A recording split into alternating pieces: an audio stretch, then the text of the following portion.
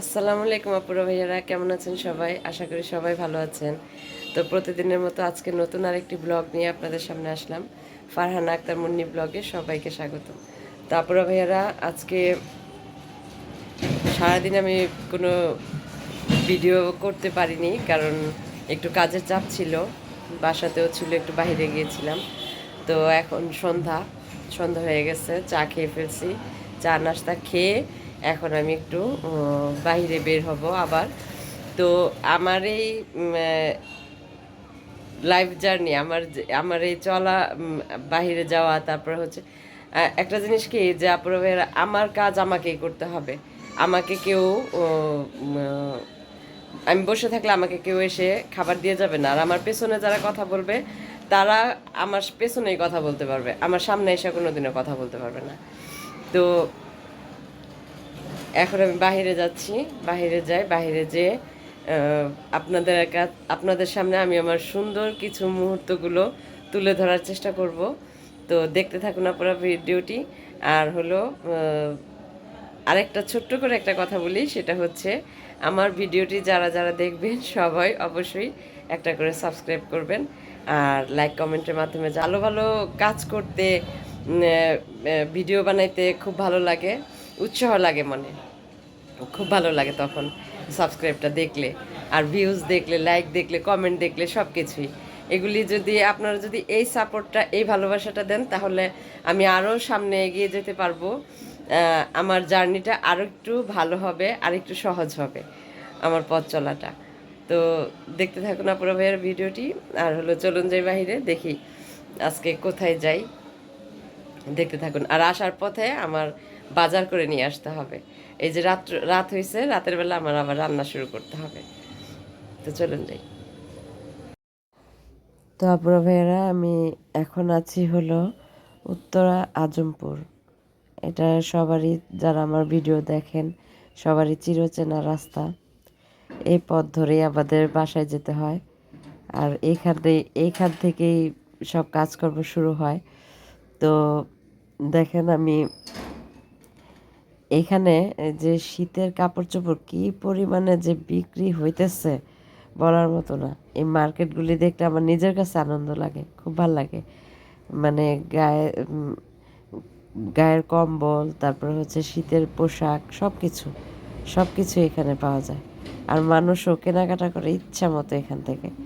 তো আপনারা দেখেন, আমি এখানে ভিডিওটা করছি একটা জিনিস দেখানোর জন্য আপনাদের। সেটা হচ্ছে, আমি কিছুদিন আগে একটা ভিডিও বানিয়েছিলাম ঠিক এই জায়গাটার মধ্যে, ফ্লাইওভারের, সরি, ওভারব্রিজের এখান থেকে। যে দেখেন এই রাস্তাটা এর আগে কতটা ভিড় ছিল, কতটা জ্যাম ছিল, যে মানুষ পারাপার হইতো, এপার থেকে ওই পারে যেত। কিন্তু আজকে আমি এখানে যাই দেখি যে মানে হয়ে গেছে সামনে, ই বাউন্ডারি ওয়াল টেনে দিচ্ছে, আর এখন মানুষ পারাপার হইতে পারে না। কত সুন্দর হয়েছে না? এটা মানুষের জন্য অনেক ভালো হয়েছে, যে যে কোনো সময় এখানে অ্যাক্সিডেন্ট হওয়ার সম্ভাবনা ছিল, যেভাবে বড় বড় গাড়ি যায়। আর আমি আপনাদের উপর থেকে একটু দেখাই, আমি এখন ওভারব্রিজের উপরে উঠেছি। দেখেন কি সুন্দর লাগতেছে এখন, একদম মানে জ্যাম নাই, তারপর হচ্ছে রাস্তাটাও একদম ক্লিয়ার, অনেক ভালো লাগতেছে। কিছুদিন আগেও এখানে এত জ্যাম ছিল, আর মানুষ যখন পার হইতো, আমি শুধু তাকায় দেখতাম যে কি পরিমাণ রিস্ক নিয়ে যে মানুষ পার হইতো। তো আল্লাহর রহমতে এখন এখান দিয়ে যে বাউন্ডারিটা টেনে দিচ্ছে, এটাতে অনেকটা ভালো হয়েছে, অনেকটা উপকার হয়েছে, মানুষের জন্য অনেক সুবিধা হয়েছে। আর দেখেন রাতের ও ওভারব্রিজের উপরে দাঁড়ায় এই দৃশ্যটা দেখতে আমার কাছে এত ভালো লাগে, যে আশেপাশের গাড়ির যে লাইট, রাস্তাটা একদম আলো হয়ে থাকে, কত সুন্দর লাগে দেখতে, খুব ভালো লাগে। এই দৃশ্যটা দেখার জন্য আমি প্রায় সময় আমি ওভারব্রিজের উপরে দাঁড়ায় থাকি। আর দেখেন, আগে এই ওভারব্রিজে সিঁড়িগুলো অনেক ফাঁকা ছিল, কোনো মানুষজন উঠতো না। যতগুলি মানুষ দেখতেছেন এখন ওভারব্রিজ দিয়ে যাইতেছে, সবগুলি মানুষ ওই নিচের রাস্তা দিয়ে পার হয়ে যাইতো। আর এখন এটা ওভারব্রিজটা এখন পুরা জ্যাম হয়ে গেছে, পুরা মানুষ দিয়ে ভরা, ওঠা যায় না, এরকম অবস্থা, ধাক্কাধাক্কি একটা অবস্থা। দেখেন আমি উপর থেকে ভিডিওটা করছি, এত সুন্দর লাগে। আমি অনেকক্ষণ দাঁড়ায় ছিলাম এখানে শুধু এই জাস্ট এই দৃশ্যটা দেখার জন্য। আর শীত তো, শীতের মধ্যে এমনিতে তো ঢাকায় শীত তেমন একটা নাই, তারপরেও মোটামুটি ভালোই ঠান্ডা। আর হলো গিয়ে এই হালকা হালকা যে শীতের ঠান্ডা বাতাসটা না, এটা আর উপর থেকে দাঁড়ায় এই দৃশ্য দেখাটা, এটা খুবই ভালো লাগে আমার কাছে। গায়ে যে ঠান্ডা ঠান্ডা বাতাসটা লাগে, অনেক ভালো লাগে।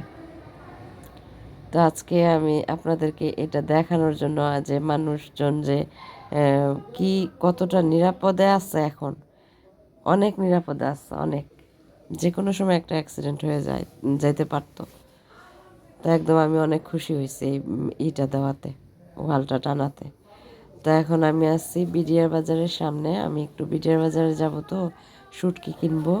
আর দেখেন এখানে আমি বিএনএসের সামনে, বিএনএস আর এই পাশে হচ্ছে বিডিআর বাজার। তো বিএনএসের সামনে যে ফ্লাইওভারটা গেছে, ওইখান থেকে গাড়ি নামতেছে। তো ক্যামেরাতে লাইটের আলোয় বোঝা যাইতেছে না, সামনাসামনি এতটা সুন্দর লাগতেছিল বলার মতো না, দেখার মতো একটা দৃশ্য। দেখেন আমি এখন শুটকির দোকানে আসছি। কত ধরনের যে শুটকি এখানে, আমি নামও জানি না। এটা হচ্ছে লইট্টা শুটকি, এগুলি নাকি চিটাগাং কাপ্তাই না কোথাকার নাম বললো, ওখান থেকে আসে। আর উপরে হচ্ছে ছুরি শুটকি। ওই ছুরি শুটকি আমার কাছে একদম ভাল লাগে না, লইট্টা শুটকিটা আমার কাছে অনেক ভাল লাগে। আর এই যে বড় শুটকিটা, এটা হচ্ছে সামুদ্রিক মাছের কি মাছের যেন, এটা এত বড় শুটকি, এটা কিভাবে খেয়ে শেষ করব, কত বড় শুটকি। তো এই দোকানে কত ধরনের যে শুটকি আছে, আমি মাছের নামও বলতে পারি না। তো এই ভাইয়াটা কয়েকটা মাছের নাম বলছে, যেমন চিংড়ি মাছটা চিনি, চিংড়ি মাছের শুটকি, কাসকি শুটকি, তারপরে পুঁটি শুটকি, তারপর হচ্ছে মলা ঢালার শুটকি, অনেক ধরনের শুটকি। তো আমি এখান থেকে শুটকি নিচ্ছি, চাপা শুটকি নিচ্ছি আর কি।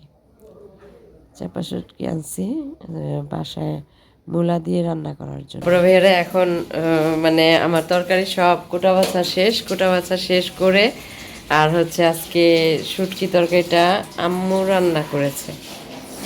শুটকি কিনে নিয়ে আসছিলাম বিডিআর বাজার থেকে, শুটকি দিয়ে মূলা দিয়ে, তারপর হচ্ছে বাঁধাকপি ডাঁটা আছে না, বাঁধাকপি ডাঁটা দিয়ে।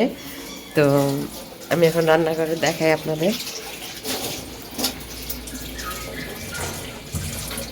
একটু দেখাই আপনাদের, এই যে দেখেন, দেখছেন শুটকি তরকারিটা কত সুন্দর হয়েছে দেখতে না, অনেক সুন্দর হয়েছে। মূলা, এখানে হচ্ছে মূলা, বাঁধাকপির ডাঁটা আর হচ্ছে শুটকি, অনেক টেস্ট হবে। তাও আবার আম্মু রান্না করছে, আম্মুর হাতে শুটকি তরকারি অনেক মজা লাগে।